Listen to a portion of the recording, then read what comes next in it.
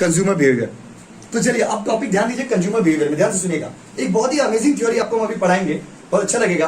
What is consumer behaviour? तो भाइयों और बहनों, कंज्यूमर बिहेवियर का मतलब क्या है? कंज्यूमर बिहेवियर का मतलब होता है how does a consumer behave in the market. एक कंज्यूमर जब मार्केट में जाता है तो कैसे बिहेव करता है। हम आप लोगों से पूछते हैं, जब आप मार्केट में जाते हैं तो आप क्या सोच करके जाते हैं? देखिए, आप लोगों में हर आदमी का अलग अलग सोच है। कोई ये सोच के आता है कि सामान सस्ता मिले, कोई ये सोच के आता है कि सामान अच्छा मिले, कोई ये सोच करके आता है कि सामान फ्री में मिले, कोई ये सोच करके आता है कि दुकानदार सामान दे दे लेकिन पैसा ना ले, कोई ये सोच के आता है कि चाचा पैसा लेना भूल जाए। हर आदमी का अपना अपना एक एक्सपेक्टेशन होता है। But how does a consumer behave in the market? How does a consumer behave in the market? So whenever you go to the market, what you actually want is the satisfaction. जब आप market में जाते हो तो जिस चीज का तलाश में आप जाते हो वो है सेटिस्फैक्शन। बोलते हैं ना, एक गाना आया था, जिंदगी की तलाश में हम मौत के कितने पास आ गए। तो सेटिस्फैक्शन की तलाश में हम बाजार में आ गए। हम लोग बाजार में क्यों जाते हैं बताइए? सेटिस्फैक्शन खोजने। What you want? You want the satisfaction. एक कंज्यूमर जब बाजार में जाता है तो अल्टीमेटली वो क्या मांगता है? सेटिस्फैक्शन। अब सेटिस्फैक्शन को कैसे डिफाइन करेंगे? हर आदमी का अपना अपना तरीका होता है। जो चीज आपको खुशी देता है शायद वो चीज आपको खुशी नहीं देता हो। हर आदमी को सेटिस्फैक्शन डिफाइन करने का अलग अलग तरीका है। What satisfies you may not satisfy the same. जो चीज आपको अच्छा लगता है, जैसे मान लीजिए आप, जैसे बात समझिए, अगर मान लीजिए आपको अग्नि जेल पेन जो है 3 रुपए वाला वो अच्छा लगता है, हो सकता है किसी और को वो पेन अच्छा नहीं लगता हो। तो वो एक लाइन सुने ना, everything depends on the eyes of beholder. देखने वाले के नजरिए पे डिपेंड करता है कि वो कौन सा चीज उसको अच्छा लगेगा, कौन सा चीज उसको अच्छा नहीं लगेगा।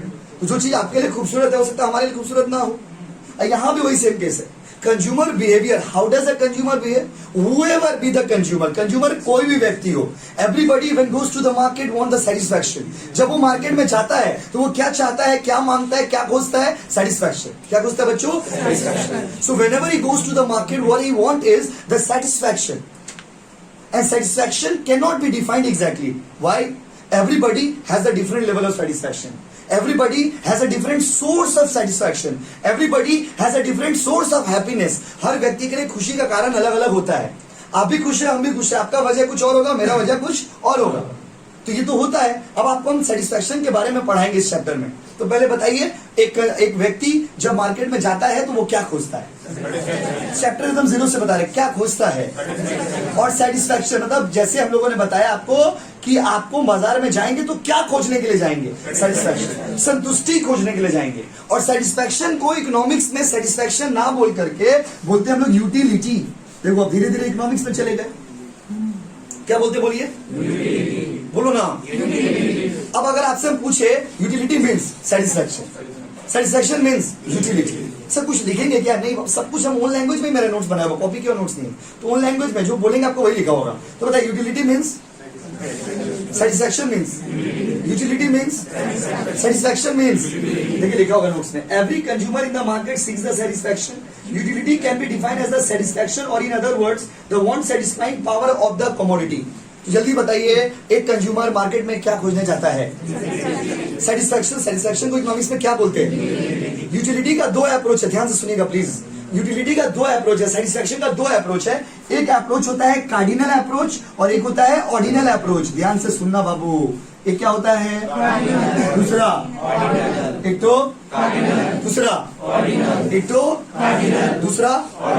सर यूटिलिटी का जो मेजरमेंट है, मेजरमेंट मतलब can we measure the utility, उससे रिलेटेड 2 आंसर है। एक है कार्डिनल थ्योरी में और एक है ऑर्डिनल थ्योरी में। कार्डिनल थ्योरी जिन्होंने दिया था उनका नाम था अल्फ्रेड मार्शल। क्या नाम था? Alfred Marshall. उन्होंने कहा था utility can be measured in terms of the unit which is known as utils. उन्होंने कहा यूटिलिटी को माप सकते हैं, किस चीज में माप सकते हैं बताइए? यूटिल्स में। किसमें बोलिए? यूटिल्स में बोलिए। उन्होंने कहा यूटिलिटी को माप सकते हैं किस चीज में? किस चीज में? यूटिल्स में माप सकते हैं। उन्होंने यूनिट भी बना दिया। अल्फ्रेड मार्शल साहब जो थे उन्होंने यूनिट भी बना दिया। तो अगर आपसे पूछेगा कि according to cardinal approach what is the unit of utility, तो आंसर बोलेगा यूटिल्स। यूटिलिटी का यूनिट क्या होता है? सर यूनिट मतलब जैसे डिस्टेंस को किलोमीटर में मापते हैं, जैसे वजन को किलोग्राम में मापते हैं, जैसे लंबाई को मीटर सेंटीमीटर में, किलोमीटर सेंटीमीटर में मापते हैं, ठीक उसी तरह से यूटिलिटी को किस चीज में मापेंगे बताइए? यूटिल्स। तो हम आपसे पूछते बताइए, according to cardinal approach, cardinal approach के हिसाब से क्या यूटिलिटी को माप सकते हैं? यस और नो? यस और नो? और ये बात किसने कहा था? मार्शल ने कहा था। एमसीक्यू पूछेगा, can utility be measured as पर cardinal approach? Yes, no, two both या फॉल्स? क्या होगा बताइए? यस, क्योंकि आप माप सकते हैं अकॉर्डिंग टू अल्फ्रेड मार्शल।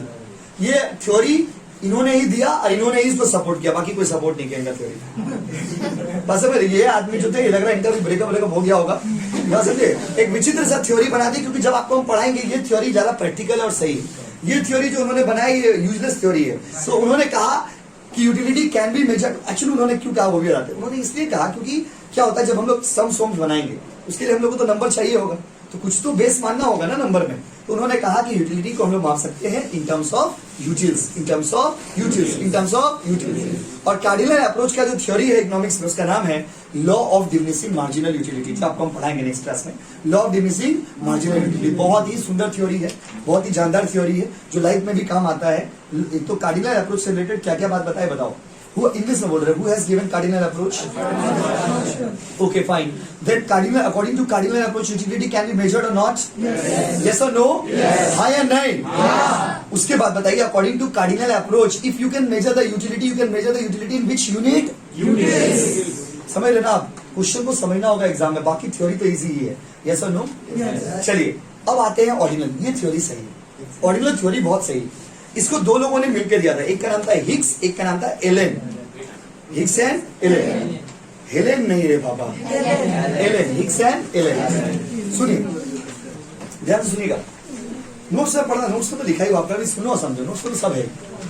अच्छा सुनिए, ये थ्योरी को ध्यान से सुनिएगा। According to Hicks and Allen, utility can not be measured because it is a psychological phenomena, and being a psychological phenomena you can not measure the satisfaction. Hicks and Allen के हिसाब से आप utility को नहीं माप सकते क्योंकि वो साइकोलॉजिकल सेटिस्फैक्शन है, और साइकोलॉजिकल का मतलब होता है something which is related to our mind.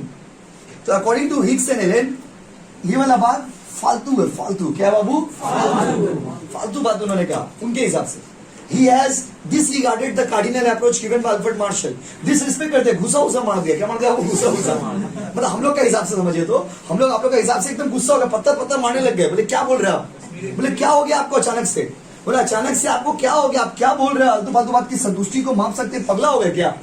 बोले सेटिस्फैक्शन को माप नहीं सकते।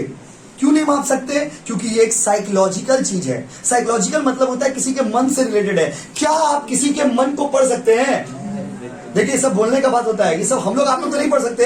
हाँ, निब्बा निब्बीस जो है वो लोग पढ़ सकते हैं, हम लोग तो नहीं पढ़ सकते। देखिए इतना पढ़ाई आप भी कर दिए, फर्स्ट ईयर में आ गए, आप क्या सेकंड ईयर में आने वाले कुछ दिन बाद, सेकंड ईयर में जाने वाले। आप लोग तो पढ़े लिखे भाई, आप लोग तो नहीं कर सकते, हमको जहां तक पता हम भी नहीं कर सकते। लेकिन हाँ, जो निब्बा निब्बीस है, जो छोटे छोटे बच्चे लोग है, बस हमें ना वो लोग कर सकता है। जो निब्बा निब्बीस बोले बाबू हम तुम्हारा मन का बात पढ़ ले रहे।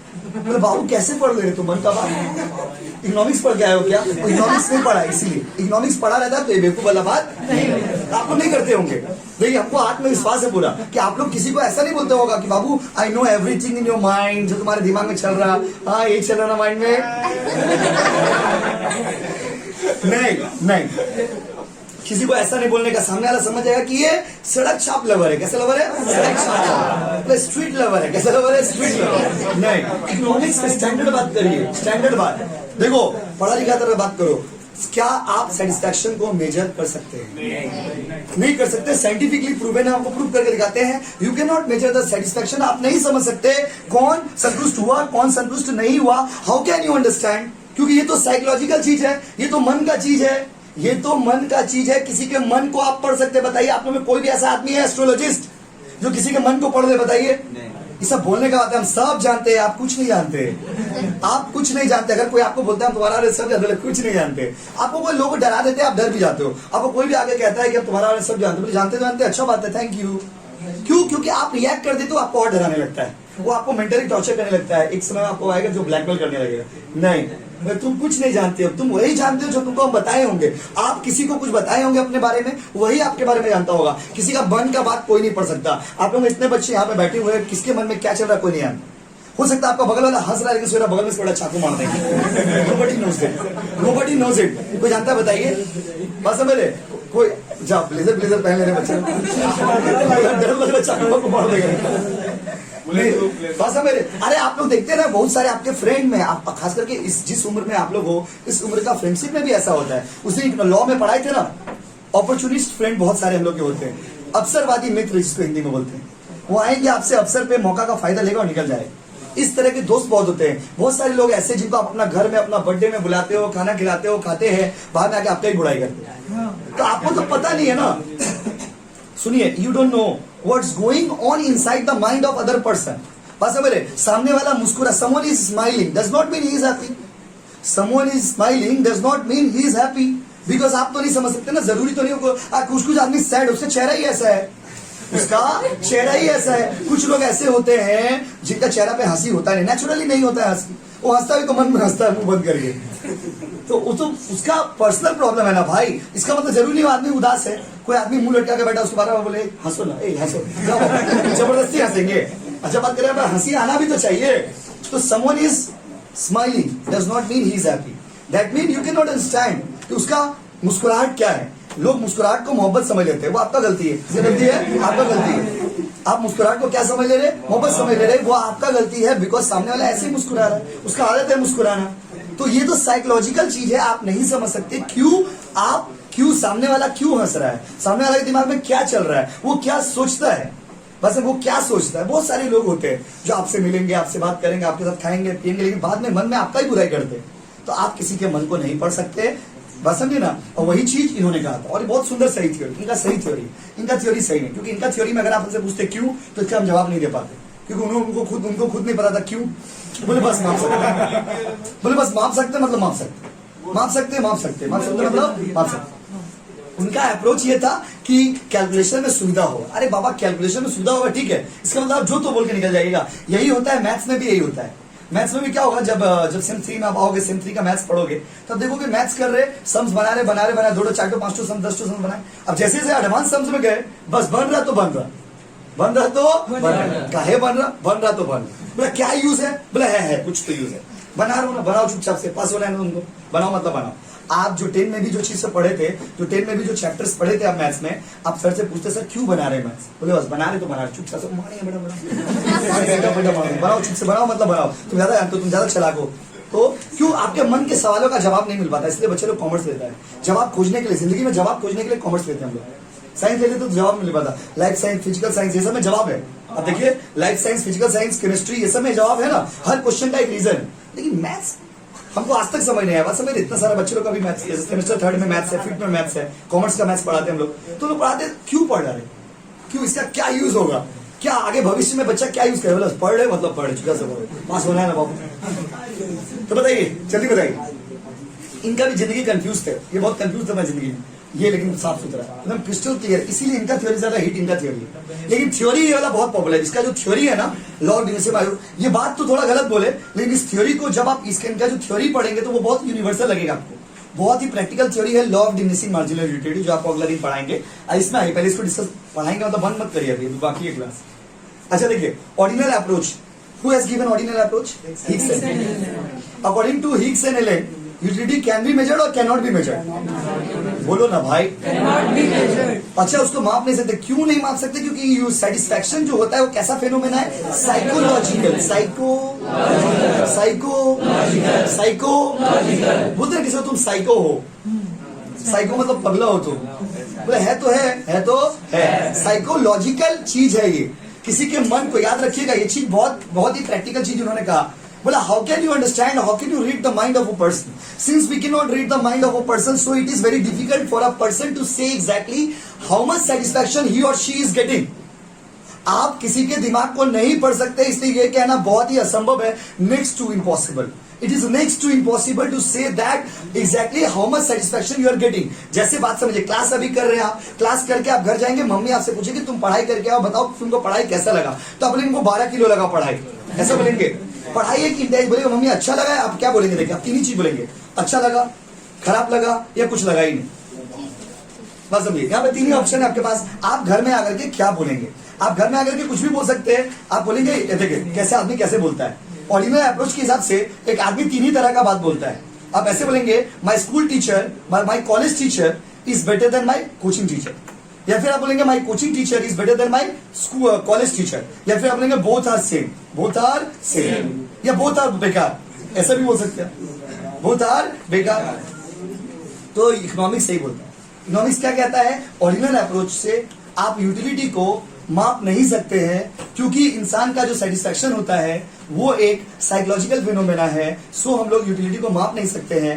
अ person can not exactly say how much satisfaction he और she is getting, but yes what you can say is कि you can just compare the satisfaction, you can rank the satisfaction. जैसे आपके घर में 4 शर्ट है, आपको चारों shirt बहुत पसंद है, 4 ड्रेस है, आपका शर्ट बोलने से तो शर्ट हो जाता है, ड्रेस। सपोज आपके पास 4 ड्रेस है, चारों ड्रेस आपको पसंद है, 4 ड्रेस है, चारों ड्रेस आपको पसंद है, बट उसमें भी होता है ना कि ये ड्रेस आपको सबसे ज्यादा अच्छा लगता है। तो मम्मी आपसे पूछे तुमको ब्लैक, व्हाइट, ब्लू, ब्राउन कौन सा कलर पसंद है? अब अपना अपना चॉइस दिए। आप बोले, जैसे एक बच्चा बोला भैया ब्लैक, तो जब आपने ब्लैक कहा इसका मतलब ब्लैक आप प्यार सबसे करते हो, ब्लैक से सबसे ज्यादा प्यार करते हो। आपको चारों ही पसंद है, लेकिन सबसे ज्यादा पसंद कौन है? ब्लैक। तो आप ये नहीं बोल ब्लैक पहनेंगे मम्मी तुमको 15 किलो खुशी हुआ, दीजिए ब्लैक, दीजिए ब्लैक, दीजिए, ऐसे हम नहीं बोल सकते। अ पर्सन की utility can not be expressed in quantity. Satisfaction को क्वांटिटी में कैसे एक्सप्रेस करेंगे? यही बात हिग्स एंड एलन ने कहा, और इनका थ्योरी को ज्यादा सही माना गया, क्योंकि आपको सुन के भी लगा होगा ये तो सही बोले, थोड़ा सही नहीं बोले। और हिग्स एंड एलन का जो थ्योरी है, जो थ्योरी हम लोग पढ़ने जाएंगे, उस थ्योरी का नाम है इंडिफरेंस कर्व। तो आपको आने वाले टॉप टाइम में इस चैप्टर में 2 चीज पढ़ना है आपको, एक तो law of diminishing marginal utility, और एक पढ़ना है आपको indifference curve, IC curve. IC curve से बहुत सारे क्वेश्चन रहते हैं एग्जाम में। पहले हम पूछ रहे, बताइए अभी का बात पूछ रहे, बताइए कंज्यूमर को मार्केट में जाता है क्या चाहिए? सुनाई नहीं दे रहा? सब नोट्स में लिखा हुआ, रीडिंग मान लीजिएगा। सेटिस्फैक्शन को इकोनॉमिक्स में क्या बोलते हैं? यूटिलिटी बोलते हैं। और बताइए utility can be measured according to, for that there are how many theories? 2 theories, cardinal और ऑर्डिनल। अच्छा हम पूछ रहे, बताइए आप आंसर देना, वो आस्ते से बोलिए, चिल्लाने से तो बिल्डिंग आ गया। वो कौन सा थ्योरी है जिसके हिसाब से आप यूटिलिटी को मेजर कर सकते हैं? ठंड दिमाग से। कार्डिनल किसने दिया था? अल्फ्रेड मार्शल ने दिया था। और कार्डिनल के हिसाब से यूटिलिटी को हम लोग माप सकते हैं। अच्छा, according to ordinal approach utility माप सकते हैं? ये बात किसने कहा था? Hicks and Allen. According to them utility can not be measured. पसंद है? व्हाई? बिकॉज ये एक साइकोलॉजिकल फिनोमेना है। सारा बात नोट्स में लिखा हुआ है। फिर अगला दिन मिलेंगे। थैंक यू सो मच बच्चों को।